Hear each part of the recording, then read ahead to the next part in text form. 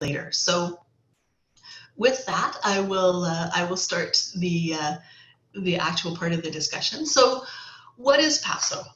We are both a union founded in 1968. We serve as the bargaining agent for the FS occupational group, and we're your professional association. We protect the status and standards of the Foreign Service as a key profession in the public service of Canada. So it's a little bit ambiguous when we say when we were founded, because we were actually founded as a professional association before we were founded as a union. That was due to the public service legislation that was just coming into place at the time. So we were founded actually in 1965 as a professional association with the knowledge that this legislation was coming and that we would eventually have the collective bargaining rights for the FS, the Foreign Service Group.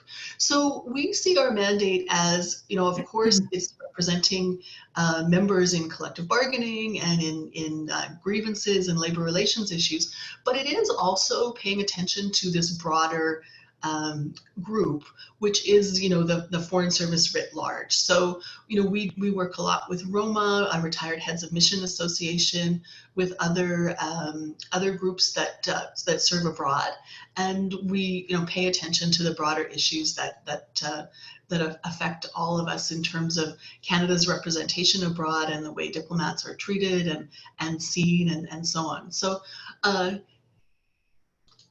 Qui sont nos membres? L'Apase représente environ 2000 membres du groupe de professionnels services extérieurs, de l'AFS. La grande majorité de nos membres travaillent pour deux ministères, Affaires mondiales Canada et Immigration, Réfugiés et Citoyenneté Canada. So right now, about just under 20% of our members are in the immigration stream at IRCC, and the rest are at Global Affairs Canada. It breaks down to about right now 14% FSIA, about 12% management consular officers, and then the rest divided between FPDS, the political stream, and the trade stream. I think a little bit more in the political stream, but that can sort of tend to fluctuate up and down. So what is our mission? So in our Constitution, it explains our mission, which is to represent the interests of PAFSO members by acting as their bargaining agent, protecting the status and standards of their profession, maintaining and promoting the effective functioning of the Foreign Service of Canada, and formulating and expressing the collective view of members on matters affecting them. So last year, at our annual general meeting in October 2019, we passed our strategic review, which was the first review that we had done in our history. And we explicitly, we revisited our mission and we explicitly endorsed it again. So this is a very current mission for us, which, happened to line up very closely with what was in the Constitution that was created by, it really was our founding fathers back then, unfortunately, but they had it right in what our core mission was. And we also talked about our values. So, quelles sont nos valeurs? On poursuit notre mission d'une manière qui respecte les valeurs canadiennes suivantes: égalité, diversité, justice, professionnalisme, respect, transparence, et saine gouvernance. So what, was always an exercise in these things in, what are you going to put as your values? What, you don't want fairness in there? You don't like fairness? Of course we do, but we narrowed it down and we decided that these are really our core values. So what does that mean in practice? We just developed a code of conduct for PAFSO and the executive committee and all the volunteers who work with us, that spells out the way we should behave, the way we should treat people respectfully, what we expect from people. Respect, the same thing, transparency, we post, we share as much information as possible, we post things on our web. I've been doing message every 2 weeks outlining, really what we're working on every 2 weeks. Equality, we fight for equality in general. we represent people on human rights issues and ensure fair treatment. We also, as a union, it implies a certain amount of unity. So we work together as a group, and we treat all the streams as equally as we can. We share information with everyone. We don't pursue things that, for say one group, that would disadvantage another group. So, disadvantage in union terms means not necessarily, somebody gets something and you don't necessarily get the same thing. But say, we don't take something away from one group to give to another, and we don't support things that would bring that kind of thing about. We also, established our vision in our strategic review. We want to be a well-governed, highly trusted, effective, and modern organization with strong relationships with our members, staff, and stakeholders. Through effective collective bargaining, labor relations services, and advocacy, outreach, and engagement, we promote and strengthen Canada's professional foreign service and counter any threat of erosion. I'll fix that typo. So what can we do? Can we do for you? On négocie avec l'employeur l'ensemble des conditions d'emploi telles qu'on énonce dans la convention collective. We also develop the Foreign Service directives at the National Joint Council. Those are co-developed between the bargaining agent side and the employer side. So, it's a situation where we do have to negotiate, but we also have an equal vote. And those are reviewed, supposed to be, I believe, every 5 years, but sometimes it's often slower. So we will soon be starting consultations on the next round. We represent members when their rights and interests are threatened under the law and the collective agreement. And we represent the members in the various consultative groups with the employer. So, for example, I'm sitting right now on the NJC task force with Treasury Board on COVID-19. We have regular meetings of the National Labor Management Consultative Committee, which is at the deputy minister level, and the presidents of the unions that work at GAC and IRCC.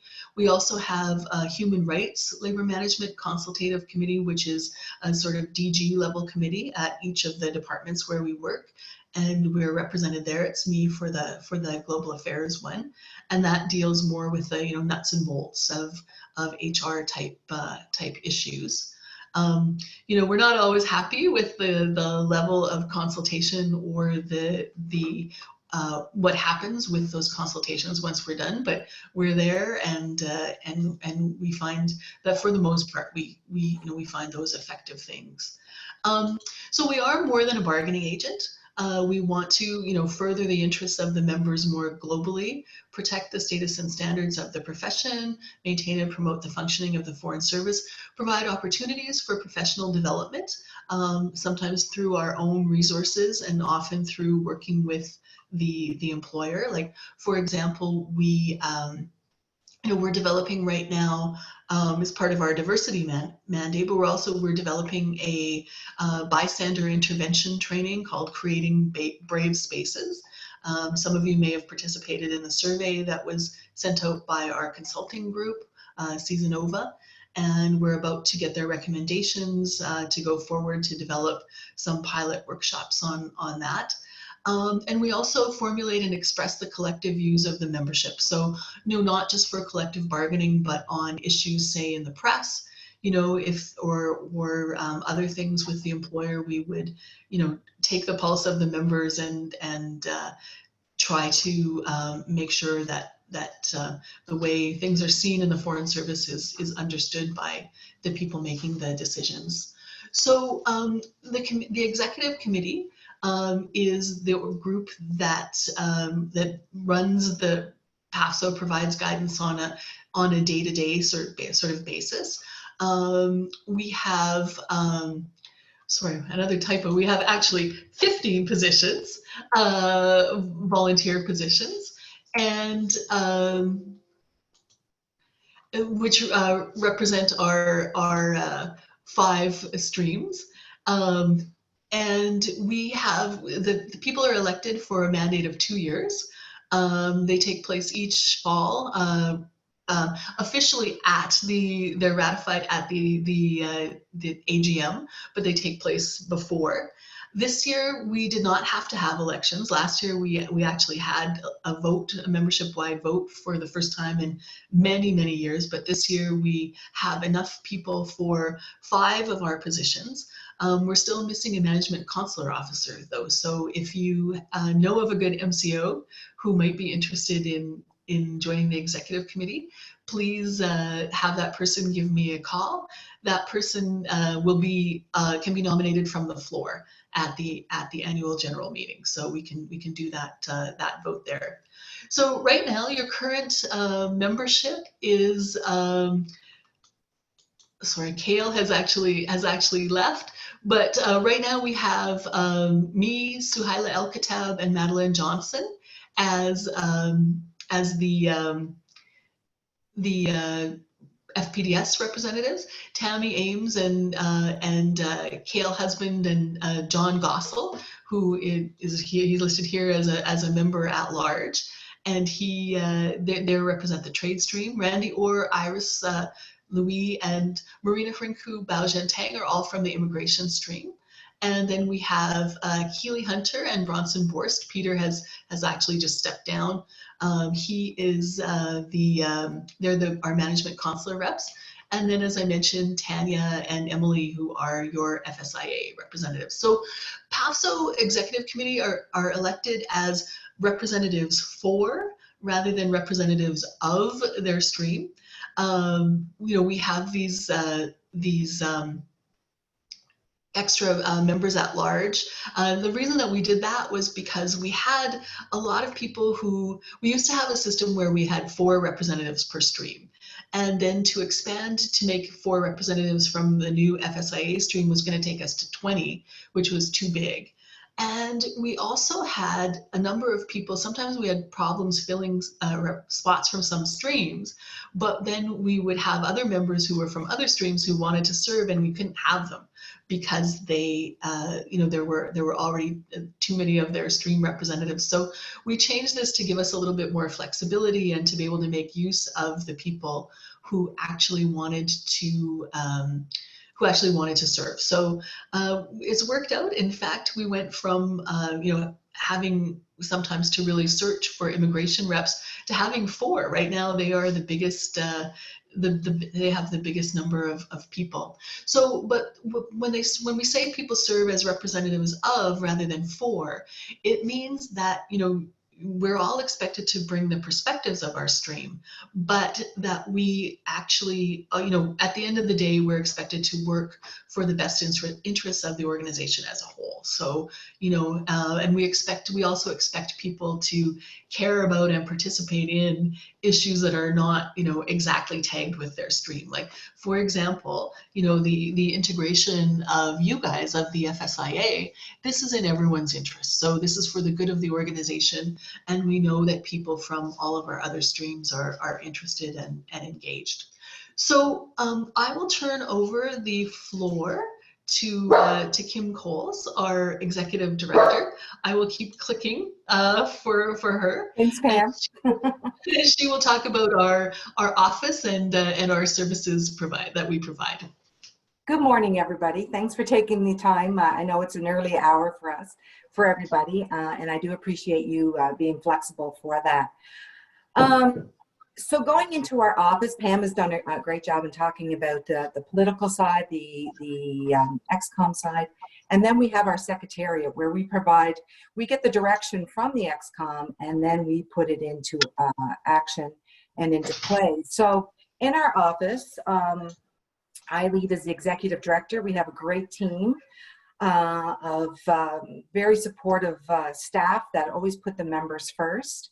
And when you have that strong foundation, it makes my job very, very easy to know we're all on the same page, and it's about ensuring we receive high quality services to our members, and always reaching out to our members to ensure that their needs, what they require from us, is being fulfilled. So we have our executive assistant, Genevieve Frappier. She is our main conduit to the organization. So when you're sending anything into info@pafso.com, that's to Jen, and she forwards it on to the appropriate staff member to deal with. We have Jeff Beard, who's our finance administrator right now. Our substantive finance administrator is on extended leave right now. So Jeff has been great to fill in while she's been off. And we have Marty Johnson, another admin assistant we have, and he helps us with the administration of our insurance, our group life insurance plan that we have for members. And he also helps with event management and dealing with our database. And we're currently doing a project to upgrade our database to make it easier for us to access information, draw reports in regards to our membership. And we have Mark Leclerc on our labor relations side of the house. We have Mark Leclerc. Mark primarily deals with general labor relations issues that members may have, and is also our contact for Phoenix pay issues. So if anyone is experiencing pay issues and contacts the office, we always direct them to Mark. He has built up a network of support from PSPC in order to escalate any pay issues to their attention and facilitate the resolution to those issues. And we have been able to make great grounds in regards to our Phoenix pay issues. So his work on that is very appreciative. And then we have Bertrand Meir. Bertrand deals with our, I would say, our more complex labor relations issues, anything from health and safety, harassment complaints, discrimination. He generally goes to all the meetings with Pam as our technical advisor on all labor relations issues. And his over 20 years plus experience is a great asset to us for here, and he's able to present cases right in front of the board. So he does all the levels with the employer, the 3 levels with the employer, and then represents right in front of the board. So because of that, we're able to lower our costs and having to outsource that to a law firm.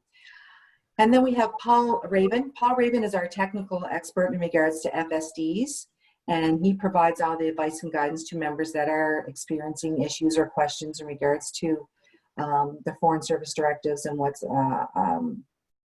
available to them and in their individual circumstances.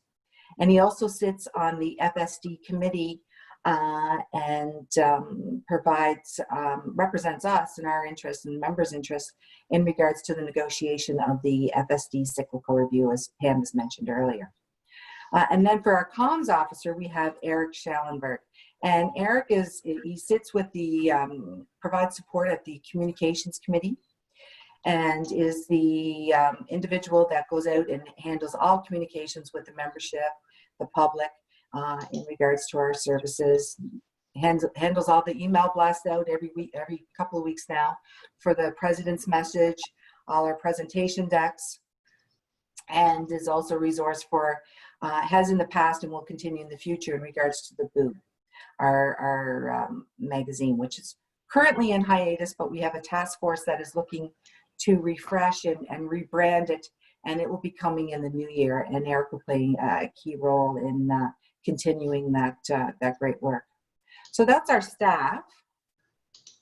And the services we provide are, of course, our communications and advocacy services to our members, and that is those are the prime services that we give, is reaching out, responding to our members on their various labor relations issues, employment issues, both formal and informal basis. And what we do find that on a lot of circumstances, we always look first to try to resolve any issue informally with the employer first. We always find that that is much more timely. We're able to investigate to see if that's something that they're willing to go there. We're able to have those discussions, move the markers, get some resolution, and that usually comes into play. Members usually receive a successful outcome much quicker that way. And we've actually seen that happen in regards to the committees that set up that Pam has mentioned in regards to the coronavirus. And with management first initially looking at doing certain practices for members that had been deemed vulnerable, and looking at changing the way they were doing things to ensure that an actual medical professional was going to assess their health to determine whether they're fit to return to post or not. So we were successful in that. Pam and Bert were sitting at that committee, and we're able to move the markers on that and get a much better outcome for you, our members, on that issue. So some other services that we provide are health and safety, and which of course goes along with the COVID, and we're finding a lot of those linkages with that. We have our internal processes, and we've just actually done a session in regards to members that were successful in a competition to advise them on the processes they have for formal recourse on internal competitions. Also, Pam has been able to intervene and have informal discussions with the employer on various competitions with timings and whatnot to ensure that it was making available, a longer term available for the members to actually apply. So we've had some successes in that as well. And of course, our biggest thing right now, what's been taking up a lot of our time and effort, because it has the biggest impact on our members, of course, is the third pandemic COVID-19 issue and the ongoing issue with this Havana syndrome. So we want to go to the next slide there, yeah. So when members come to us, and I think this is something that what we're finding, and it really became evident to us, is that, you know, we need more sessions like we're having right now today in regards to our role and how PAFSO can help when members are having issues or questions in regards to their rights. And what we're seeing is members seem to, they want to jump right into, if they have an issue, they just want to come to us right away, as opposed to going to their manager or their assignment officer to have the discussion, ask the question, get an answer, and then come to us and say, okay, you know, I still don't feel comfortable from what, you know, was told by my manager in this. Is this right? Do I have any other recourse? That is what we ask people to do first, is talk to their managers first, get a definitive answer, get direction from them in regards to what their question may be, and then come to us and say, this is what we've been told. Is this correct? Is there any other options? Can we look at anything else? What, you know, advice and guidance and sort of how to go to next steps.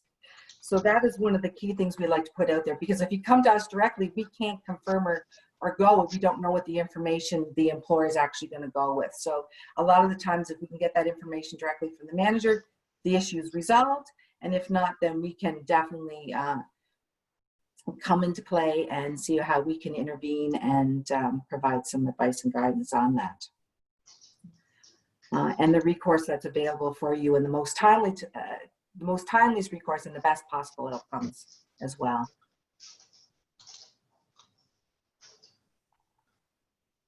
So like I say, we communicate the information to the member, we evaluate the case, the labor relations advisor will get all the information from you, evaluate the merits of the case, give an informed opinion, and defend the interests of the representation of to the employer.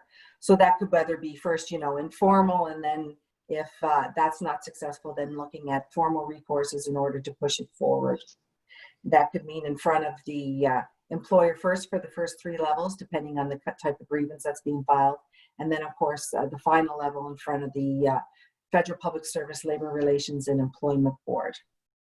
And that would also include in regards to staffing complaints for FS related appointments.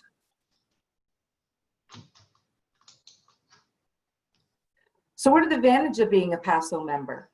Well, as I mentioned earlier, we have our PAFSO insurance plan, and this is not something that you see a lot of other unions having. And I think going back to when the organization first started, members were experiencing challenges when they went abroad to get competitive rates, if any rates at all on insurance policies being applicable to them when they're outside the country.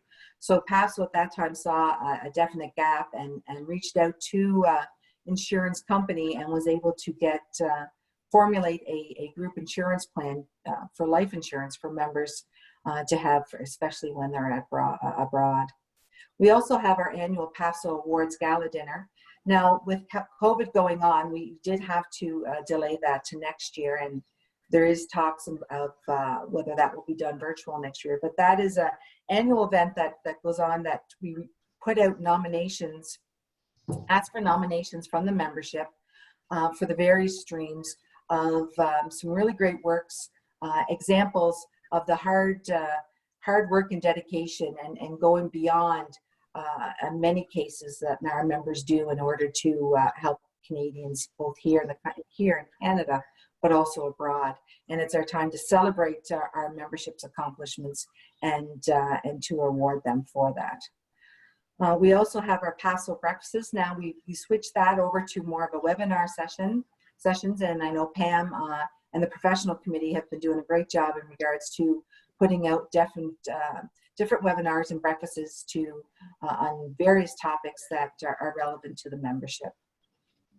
And we also, the last couple of years, we had done a professional development conference. Now, once again, this year, we had to forego that because of COVID, but definitely in the new year, we'll be looking at that initiative for 2021.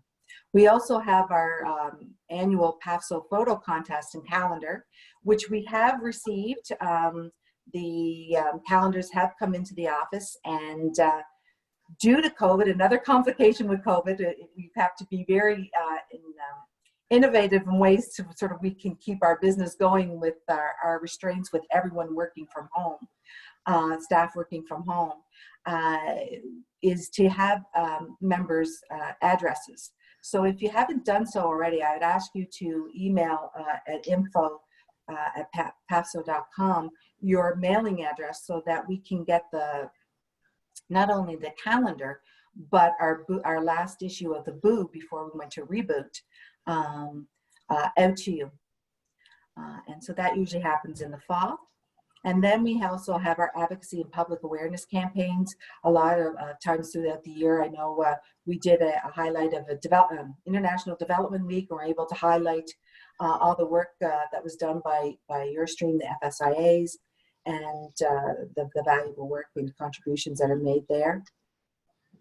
And also to increase our network of professionals and to provide those professional development opportunities for our members, knowing, while we are the union side, but also to ensure that the professional association side is providing opportunities for members to develop and assist them in their career aspirations. So our future event, as I mentioned, was the gala, which we're going to be, it's usually in June, mid-June. And we're looking at right now maybe of a virtual, looking at maybe adding it on to a professional conference done maybe virtually and having it ending with the awards. But that is yet to be decided. But we're looking at various options in order to ensure that we keep those initiatives going. It could be in a different format, but just keep that energy going. Along, of course, we're coming up with our AGM, which is going to be held on the 26th of this month. So hoping everybody, if they haven't already done so, to register for that. It will be done virtually at 4 o'clock on MS Teams. And of course, as we mentioned, the professional conference, and then we have our seminars, our info sessions, our webinars. We keep trying to come up with new initiatives and make sure that we keep that outreach and that connection with the members. That is key. If we're these sessions like today is to find out from you what you're facing so that we can better represent your needs. Thank you, Kim. That's great. And just to let everybody know, I mean, it's normal practice that we record the webinars and the events that we have so that people can view them afterwards if they can't join. We have our own little YouTube channel, which right now has just a few subscribers. So if you go to watch something and you're on our YouTube channel, please consider clicking to subscribe, and then you'll see everything that gets posted there. Some of them are very exciting, if I do say so myself. But yeah, we've got a few things coming up, and in some ways for us, I think that the COVID situation has forced us to pay more attention to our remote delivery system and our asynchronous delivery system, as they say, and make things a little bit more accessible to the broader membership. So I think this is something that we're going to keep. We get much more participation in the PAFSO breakfasts, for example, doing them virtually than we did doing them in person. When we're able to go back, I think we might go to doing maybe a quarterly breakfast live in person, and maybe continue with the monthly ones online. It seems it's definitely easier for people to participate. It's easier to get presenters. It's been something that we've noticed, and that will probably continue. So just in general, I mean, everybody, you should all be getting my biweekly update emails on the issues that we're dealing with. But just to run through some of the things that we're working on right now, we have a living contract that's in place until 2022, which is a big deal for us. I mean, in the past, we always had a pattern where we were always coming in at the end, and we would be signing a collective agreement that would be retroactive for, say, 3 years, and in place for a year. And so basically we were always going into bargaining. And this time last year we signed an agreement that is in place, or sorry, last year we signed an agreement that is in place for till 2022. So that means that we will give notice to bargain probably in January 2022, which means next year we're starting to prepare already for the next round of collective bargaining. We'll be doing a survey and consultation with the members. We're also, as part of our strategic plan, we're going to do a GBA plus analysis of our collective agreement. I know, the departments, the employer is looking at GBA plus analyses of a lot of things, including the assignments guidelines, and so on and so forth.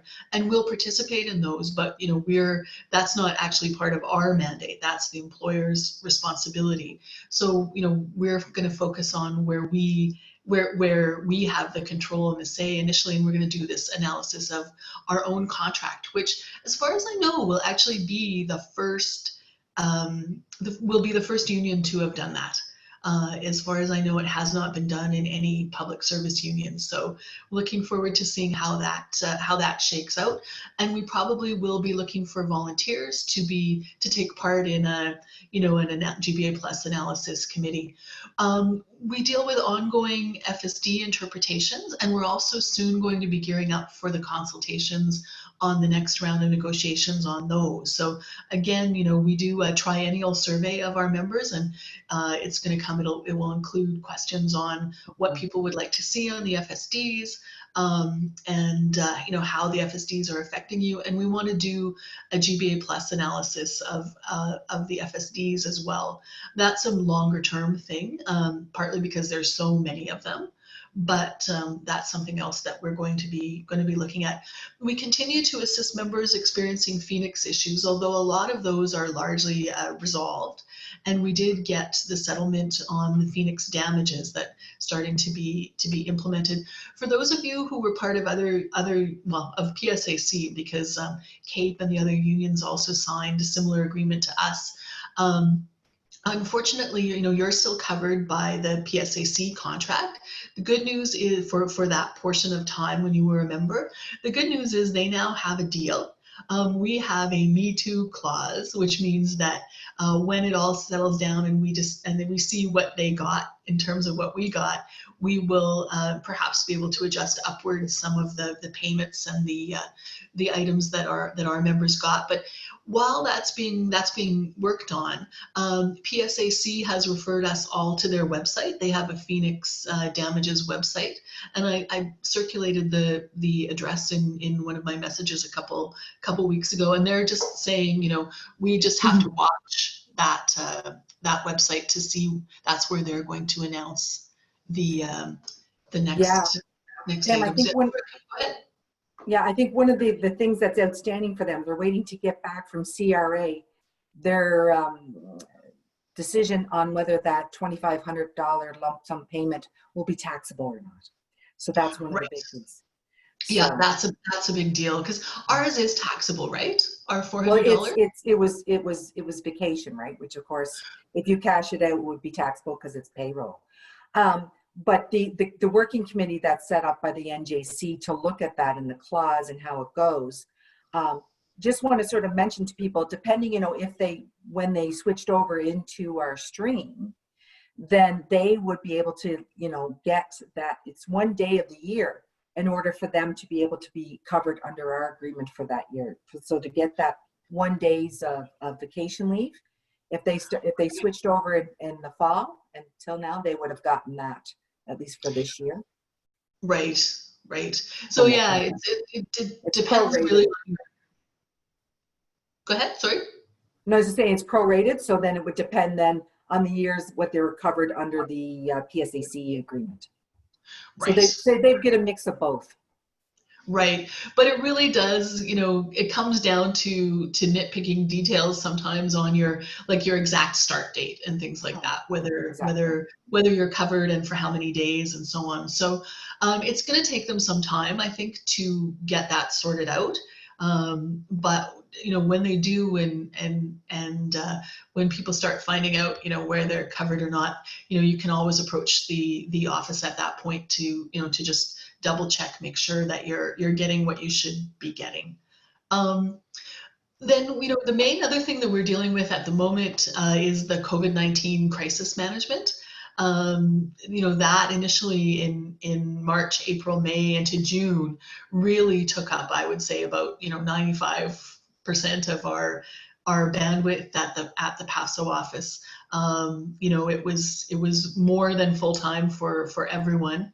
It's starting, you know, we're starting to get into a bit of a routine, know what we're doing, but you know, we're also finding now the second wave is hitting in Canada, and that is affecting you know, all the operations of PAFSO, also of the NJC, of Treasury Board, of people working at Global Affairs, you know, here at headquarters especially, and at IRCC. So we're expecting that to continue to be, frankly, a very hot file for quite some time. We are following through on our strategic plan. The strategic plan will be adopted, we hope, at the AGM, and it gives us our marching orders for the next 3 years. You can see the strategic plan on my PAFSO. We've attached it to the website. You'll also get a copy of it when we send out our AGM documents on Friday. Have a chance to look at that and a chance to discuss and vote on it at the AGM. We're also working on the future of the full-time paid presidency. We will be sending out ballots on Friday, electronic ballots from IntelliVote, asking people to vote on our executive committee recommendation, which is we're recommending that we continue the full-time presidency after December 31st, which is when the approval of our current pilot and my current contract would end. However, what we're asking is not that we make the decision to make the full-time presidency permanent just yet, but that we extend the pilot for 1 more year. And the reason for that is that when the full-time paid presidency pilot was approved by the AGM 2 years ago in 2018, we promised that we would do a full evaluation, an independent evaluation of the project. And frankly, we just did not have time to do that dealing with COVID. So, you know, right now we can afford everything. We in fact have, you know, each year we've authorized approximately $200,000 to come from the general reserve to cover the cost of the position, which, you know, cover the cost of an FS4 salary plus benefits. And we actually have not needed to draw that money. last year and this year, we are going to have a small surplus, and we're able to return that money to the general reserve. So right now we can afford everything. We believe we need this full-time resource. I mean, my head would have exploded over the last few months if I had been trying to do this as a part-time volunteer, and you know, definitely would not have gotten the representation, frankly, that everyone got. But we also think that, you know, given the state of flux and the fact that we haven't done this evaluation, we suggest delaying the final decision for another year until we can bring you that information. So you'll receive a ballot. It'll say, you know, do you want it to continue after December 31st? Yes or no. And if you say no, that would mean that we would return to the part-time unpaid model as of the first meeting of the executive committee in November. If you say yes, it will take you to two options on methodology. One, extend the pilot, which is our recommendation, and then the other, make the decision now and make the presidency permanent now, which would mean that we would then need to figure out the precise methodology, what constitutional amendments need to happen, and so on. And the reason we're not recommending that is because we want to make sure that a decision is made based on good analysis at a less fraught time. And also, we don't want to scare anybody, but it is possible that there could be cuts to our membership, which would mean cuts to our dues, and we may not be in such an easy financial position to afford it. So when you get that ballot, I hope you will think about supporting us in our recommendation. If you didn't have a chance to attend the info session that we had on Tuesday, that's also available on, we've posted the link to that online. There will also be another info session on this coming Tuesday at 8 a.m. as our official PAFSO breakfast for the month, where I will run through the rationale and take Q&As.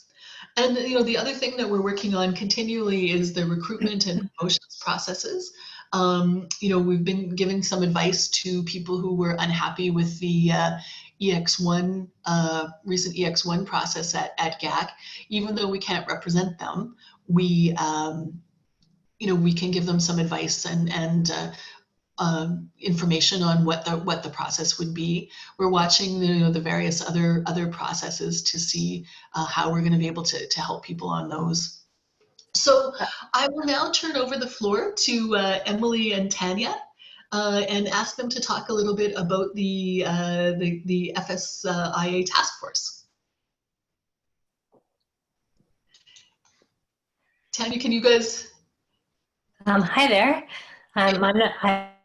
I'm not able to start my video, so I will just speak.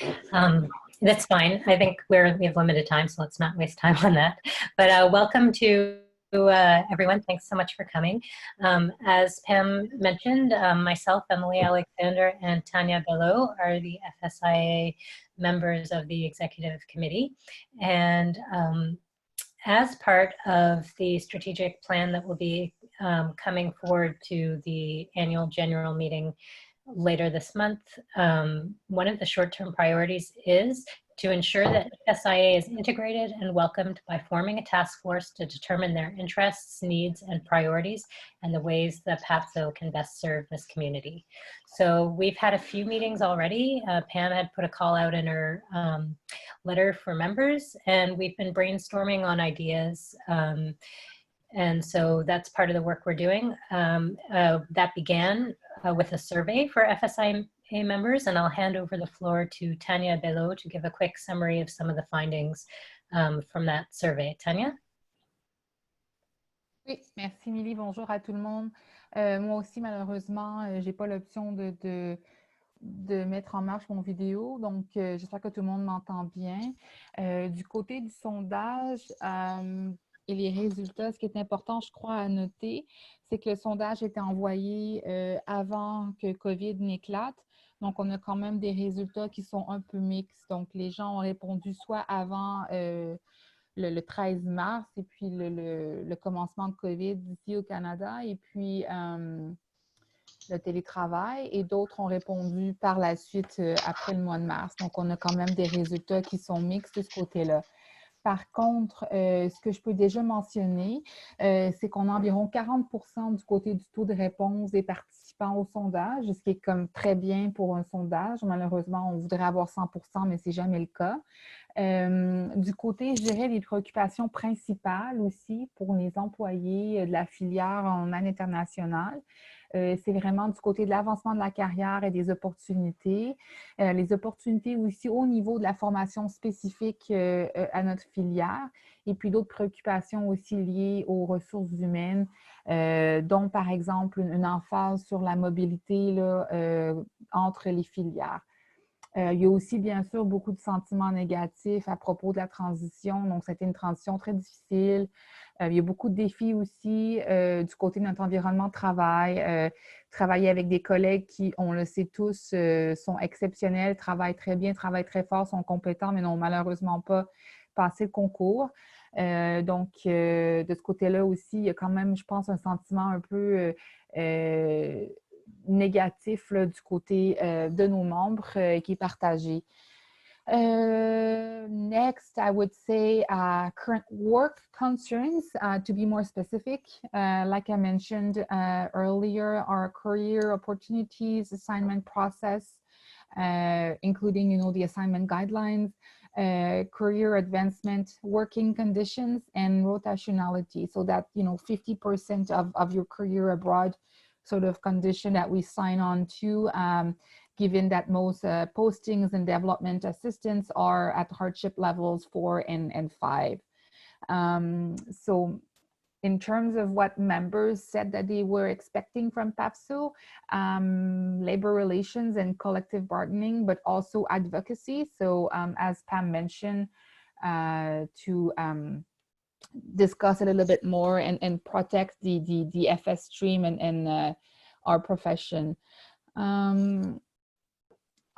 The results also show that a lot of employees also had concerns about spousal employment opportunities at work, including support for spouses, cross-stream assignments as mentioned before, GBA plus of staffing, recruitment, but also FSDs, as Pam and Kim mentioned. That's something that the union is considering doing, which is great. And then in terms of what we can bring ahead, as Emily mentioned, we've got the FSIE integration task force, which will help as well with advocacy and integration for our stream joining the FS classification. So that's all. If you have any more questions, feel free to email me and Emily. Our emails are on the PAFSO website, and you can also subscribe to our Facebook group. It's called the GAC FSIA cohorte FSAI d'AMC. Donc, c'est notre groupe Facebook privé et fermé sur lequel on discute de sujets là, qui sont pertinents à notre filière. Donc, on vous invite aussi à, si vous avez Facebook, à rejoindre le groupe puisqu'on partage beaucoup d'informations. Et puis, bien sûr, aussi à vous enregistrer sur le site Mon Apase, My PAFSO, online. You can register as a member to get more information and resources on the union and the work that the union do. So on that, I will leave it to Pam. I think we've gotten some questions in the chat. Merci tout le monde. Okay. Merci beaucoup, Tanya. I just found the button for Tanya and Emily that allows panelists to start their video. So you're welcome if you want to put that on for the Q&A. Sorry about that. Despite using Zoom a lot lately, it feels like every time I do one of these things, some setting changes or there is some new, they've done some update, or I always discover something each time I try. So now I have discovered that. So now I will be wise. So I see we have a question about official language training in the context of the FSIA non-imperative process. I'm just reading this out loud, sorry for people who will be maybe perhaps listening to just the audio recording when we post it, because sometimes people do that since it takes a lot less memory. And since the decision was made, a lot has changed. You know, they've made various accommodations for people who were at posting when all this happened and wanted to stay. And you know, it's unclear whether people will be able to be tested. All I can say is, I mean, we are aware of this and the department is aware of this. And I have heard over and over again from the department that, you know, they are committed to making sure that people do get their language training, that it won't be held against anyone, that during this COVID period, everything was completely disrupted and you were not able to meet that requirement. So all I can really say from what I'm aware of is, you know, stand by, don't panic, it will happen. And you know that there is a clock that is attached to this normally, but you know there's a lot of recognition both at Global Affairs and at Treasury Board that those clocks are all out of whack given this this incredibly strange period that we've been in. Kim, do you have any more information about the language training issue? Have you heard anything on your side? No, only thing I heard is that they are now moving to doing the testing over the phone, and that the results are good for a year as opposed to a longer period of time. So I know that Bert has been getting a lot of inquiries from members on this, and it will continue to be put forward to get clarification. But I mean, it's only going to hurt the employer too if they go, you know, push this through. So it's something that really, to the betterment of all parties, if they show that flexibility and give that lead time for individuals to get that training initiatives completed. So. Yeah, and I mean, every time this has come up in any discussions that I've had, they have always said, you know, we recognize this and we are going to make adjustments as appropriate. I mean, they spent a lot of time and money to recruit people. And you know, the fact that they made a decision to include official languages training with the FSIA process was a big deal. And I don't think that they are going to you know, mess that up for no, you know, because of something that is clearly beyond everybody's control. But we are, you know, all having, I think, to, you know, our go with the flow, you know, flexibility and adaptability, all those things that they recruited us for. It's definitely all being tested in this period for sure. That's the only question that I have seen. If I may, Pam, just quickly, just say something about the language training. I think there's a lot of people in this situation, a lot of the FSIA, and I think it would be really great to, you know, help advocate for some kind of official message from the department to FSIA applicants, either indicating an extension to the 2-year period, or explaining a bit more just about how this will be addressed, as I think it is a concern to a lot of people.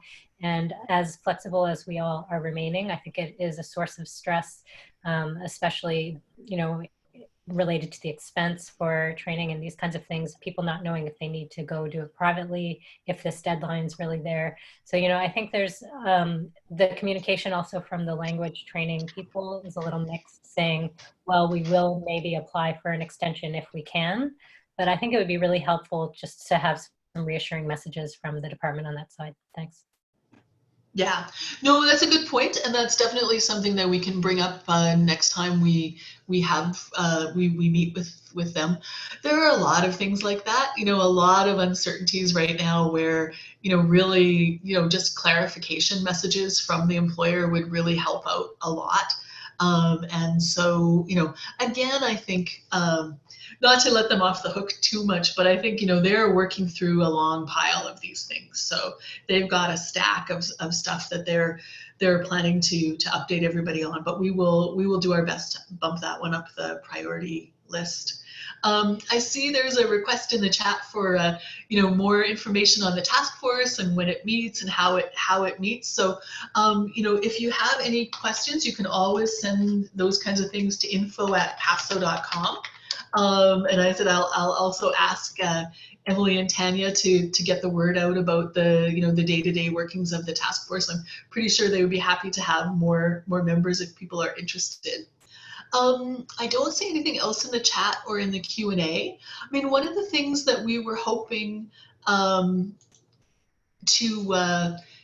hear from you guys was, not just necessarily questions about the task force, but also the things that you would like us to know about you. Is there anything? I mean, I think it came up in some of the discussions on the survey that there's a feeling that the rest of the FS group doesn't understand the FSIA stream and what you do and what who you are, and that would extend to PAFSO, where executive committee is mostly from other streams. So this is an opportunity as well for, you to tell us what you need to know. And I mean, I have plenty of time. So I know that, it's been now an hour, but for those of you who are willing to stay, I'm certainly willing to stay. My next thing is at 10:30. So, Emily has a 9 a.m. meeting, so she has to go, but I think I can stay, and I hope that maybe Tanya and Kim can stay. So thank you, Emily. We really appreciate it.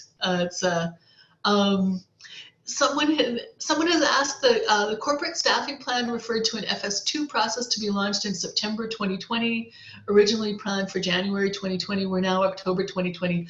Well, I mean, COVID has kind of delayed a lot of things, right? I know that they are still committed to doing an FS2 process, but they're still finalizing the FS3 process. And that staffing plan was written before any of this happened. So I think the dates in that one are out of whack. But I do know that they are planning another FS2 process. They are, I mean, I guess they need to promote some of those FS2s to FS3 to make some room.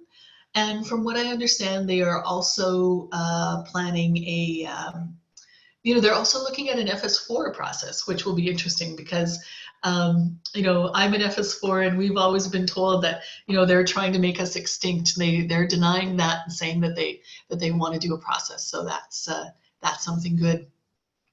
Kim, did you have anything to add? Have you heard anything else about staffing? No, just in regard, not with GAC, just with IRCC. So there's some sessions going on there. Yeah. Yeah. IRCC, I mean, we keep trying to tell GAC about them and encourage them to look at the way they do things, because they do regular processes pretty much every year. So, you don't have the big angst of like, oh, there's a meeting, there's one process in 5 or 6 years, and if you don't get in there, then that could be it for your the rest of your career. They have them every year, every other year, and so there's much more of a feeling like, okay, if I didn't get it this time, I might get it next time, and it just really ratchets down the level of drama and anxiety. I see Grace Lee has her hand up. Grace, go ahead. You should be able to unmute yourself according to this. Allow to talk. Maybe I need to allow you to talk. Okay. So now you can unmute yourself. Sorry. Hi, Pam. Thanks so much. And Tanya, just everyone, just Emily as well on the FSIA for representing the interests of FSIA. Just I really appreciate just hearing kind of the updates on the FSIA process. It's been a long time coming, and I think it's useful either whether it's highlighting some of the achievements in the last year. It's a big milestone for this group at the AGM or in the next kind of report that goes out to all the members, just to highlight some of, this is how far we've come in a year, here's some of achievements, and this is where we're going. Just kind of a time of reflection, because it was quite a very long process and a lot of changes, and people are in the process right now of being appointed. So it's just kind of a marker, and kind of just to let people know, especially the ones who've just joined FSIA, just to highlight some of the achievements of the year, since it has been pretty an interesting one for this stream. That's all. Right.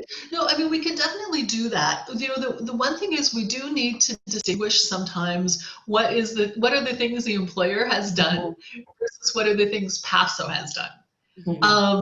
So, I mean, what would you see as the achievements that we should highlight from the PAFSO perspective regarding the FSIA? I mean, I think the task force, the survey, the efforts, one of the reasons that we started this task force was because we recognized that when we integrated the MCO stream, back in 2015, that it could have been done better. And in fact, there are some lingering issues from, in the way that stream feels about their union, about their association, about PAFSO, that, might not be there if we had, if PAFSO at that time had more resources and, paid more attention to that as a discrete issue. So, but what other things do you think we should be highlighting in that thing? I would say, there's, as part of the Buddha Pape, we've been talking about trying to maybe doing an issue or highlighting, oh, this is a new stream, this is what FSIA is about. Just even highlighting, we've had a PAFSO 101, the numbers of people. I mean, by now we should have a pretty good idea of who this group is and where they're coming from. I mean, I guess it's more like forward thinking, because right now in the past year, it's only been really appointments and people going to French training or starting their new assignments. And I guess people really haven't gone onto an FSIA posting because it was just converted. But I don't know, I would say more like forward thinking of this is what's in the pipeline, or for the group, maybe I know the FSIA group, the integration task force, has talked about some ideas we have for short-term goals. So maybe highlighting some of those. Definitely, no, definitely. And I mean, I've been working on my president's report, and there already is a section on the FSIA and the increase in numbers. I mean, one thing we can all definitely thank you guys for is, when we were making the pitch initially on the full-time paid president, the cost was around just over $100 per member per year of your dues, and now thanks to you guys, it's now down to $89 per member. So just in concrete terms, the addition of your numbers has made a difference to PAFSO, and has made a difference to the voice that we have in government, at TBS and with the other unions. I mean, we can now say that PAFSO really represents the bulk of the Foreign Service and that function of government abroad. So it's it's definitely it's not just us, it's not just us giving to you. You have been giving to us and making us stronger. So we can definitely highlight that. Kim, did you want to add anything? Well, I just sort of wanted to mention that definitely, as the BOO is getting finalized for its reboot, that when we start in 2021, there'll definitely be opportunities to have articles for that. And also, as events unfold and people get their postings and going through, there's also an opportunity now to be part of the recognition for the awards, for the FS Awards, right? So that stream will have that opportunity. So if you're seeing great works done by your colleagues and you want to nominate them for consideration, that will be an option available as well. And as I mentioned earlier when we were going through the presentation, that International Week, we highlighted the work from FSIAs. So there was that was initially started. So it's just to keep that ball rolling and ensure that we're incorporating all our streams, and that everybody feels that they're included and that their voices are being heard, right? And it's to provide that new perspective, that diversity to our group. It makes it stronger. It makes it much easier for us when we are, discussing issues with the employer, and it really is a benefit for everybody in that sense, for sure. Yeah, definitely. Sorry, I thought I saw something pop up, but I don't see. Does anyone else have any comments? Someone just sent me an email, which I just happened to see, about term employees, and the fact that, I mean, if you're a term employee in whatever capacity, you are paying dues to PAFSO and you're a member in good standing. So there is not a distinction between an indeterminate member and a term member. You know, you have other issues if you're a term member in the sense of, you know, renewal of terms and things like that, but you're still a PAFSO member, and you're still, you know, a member of the stream. So, you know, you're entitled to be here. You're entitled to be part of the discussion. You know, if you're interested in serving on any PAFSO committees or on the task force, you're very welcome. There is no distinction between members. You know, where things have gotten weird in the department is when they had pooled employees. They did not, for the most part, there were very few people who were substantive FS terms, and that was partly due to an agreement that we had with the department that they didn't make terms in the pool, because, you know, just because of the issues that it was caused. So what they would do was they were making people substantive. Their substantive position would be in another group, and then they would be assigned acting in an FS box. But if you're acting in an FS box, you're paying dues to PAFSO, and you are a PAFSO member for, you know, regular purposes. You can't vote at the AGM. You're not a member, you're not a regular member for that purpose, but you're certainly, you know, a member of the community. We represent you on your, you know, your issues related to your current assignment. And, you know, you're welcome to take part in all of the community activities. So, Kim, did you have anything to add about that? I want to make sure I don't get about that terms. I was a term for 10 years, 4 months, so I know exactly how it feels to be a term. And I know, you know, the uncertainty of it, and always sort of as your term is getting ready to end and you're waiting to get, you know, news on your term renewal. It's so stressful. I get that. But keep plugging away, keep presenting yourself, you know, for opportunities and networking, and you will finally get to your indeterminate status. It will come. Yes, I mean, GAC needs terms. Like, there's no question. They can't function without these people. Yeah. They don't have enough bodies. So I don't think that you're in any short-term danger. Now, again, you know, I don't want to scare people about other things, but, you know, looking at some of the checks the government has been writing, at some point, probably, hopefully, you know, not right away, but a couple years from now, there probably will be a reckoning, you know, and there will be an assessment of, you know, what we can afford and what we need. You know, there probably will be a look at how we do our international relations.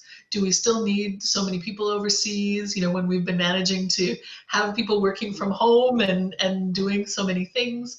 I mean, you know, those are some of the long-term challenges that PAFSO is going to be facing, along with every other public service union, but, you know, with the extra dimension of the overseas angle for us. And, you know, things can happen then, but we're not there now. And so, you know, definitely terms and acting people are part of the community and part of, you know, definitely welcome at all of our PAFSO events, and very welcome to do work and help us out on the various things that we're working on.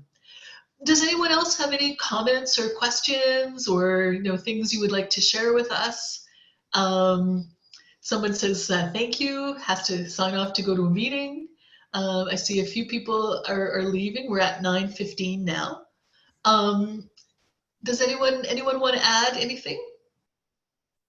Tanya, did you have anything that you wanted to say? Any final words before we go? Oh, I think Tanya might be gone. Non, je suis toujours oh, there you are. Oui, oui. Non, pas de problème. Oui, donc ajouter, peut-être juste rappeler aux gens de communiquer s'ils ont besoin de plus d'informations ou d'avoir plus de renseignements sur le groupe de travail, le FSIA Task Force. On a le groupe Facebook, comme je mentionnais. Vous pouvez aussi vous enregistrer sur le site Internet Mon Apase. Et puis, ce qu'on utilise, en fait, puisqu'on ne peut pas utiliser les ressources du département pour le groupe de travail et tout ce qui est lié au syndicat, c'est qu'on utilise le Google Drive. Donc, on a aussi un dossier Google Drive. Donc, vous pouvez entrer en contact avec nous. Ça nous fera plaisir de partager le lien vers le Google Drive. So, get in touch with us. We'll be happy to share the link to the Google Drive, which we use since we can't use departmental resources for anything related to union work. So, feel free to shoot us an email. And that's all for me. Thanks. Thanks. And so if you're not sure, how to reach Tanya or Emily, you can always email info@pafso.com and we will pass on your information to them. You can always email me, pamela.eastfeld@pafso.com, and I can pass things on as well, though info is probably more efficient since sometimes I get under a lot of emails from time to time. So yeah, just to continue that, please stay in contact. I mean, we do send out quite a lot of information, and I know that you get a lot on various fora from other things, but really, what we're doing at PAFSO really does have the power to affect your life, especially your work life. And you are paying us for what we do. I mean, we're collecting 1.1% of your salary, roughly, to do work in your name. So we send you a we send out the biweekly president's messages. We also have from time to time our PAFSO rapporteurs. If you go to our website, you can subscribe to My PAFSO, where you can see information that we've posted for internal consumption of our members and peer-to-peer sharing.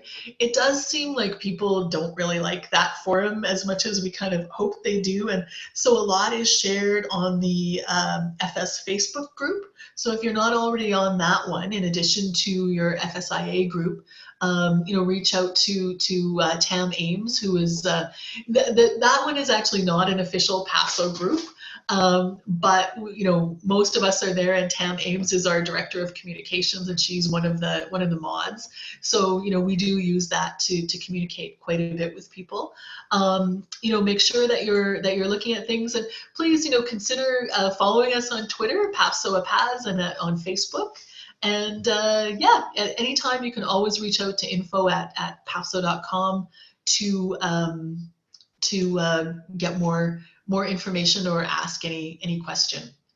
Kim, did you have anything else to add before we sign off? I just want to thank both Emily and Tanya for all their work and initiatives on with the task force, and inviting us today to do this session, and the great work they're doing around the XCOM, bringing forth all the FSIA related issues. They're great advocates for the group, and I want to wish everybody a great long weekend, a great long safe weekend, knowing that restrictions are a little complicated right now, but I just hope that you're able to spend time with the family that you can and enjoy that much needed downtime. So take care, everybody. Yeah, thank you, Kim, and yeah, thank you, everybody. Thanks for giving us this opportunity to talk to you and for sharing your views. And thanks to Tanya and Emily for setting all of this up. And yeah, take care of yourselves, stay safe out there, and stay in touch. We're here to help wherever we can. So I will give one last going once, going twice to the people who are left on the line. If you want to put up your hand and add a comment or question, this is your last chance. So I'm not seeing any. So merci beaucoup and au revoir. À la prochaine. Take care. Merci beaucoup à Pam et Kim. Au revoir. Bye bye. Bye à tous. Bye.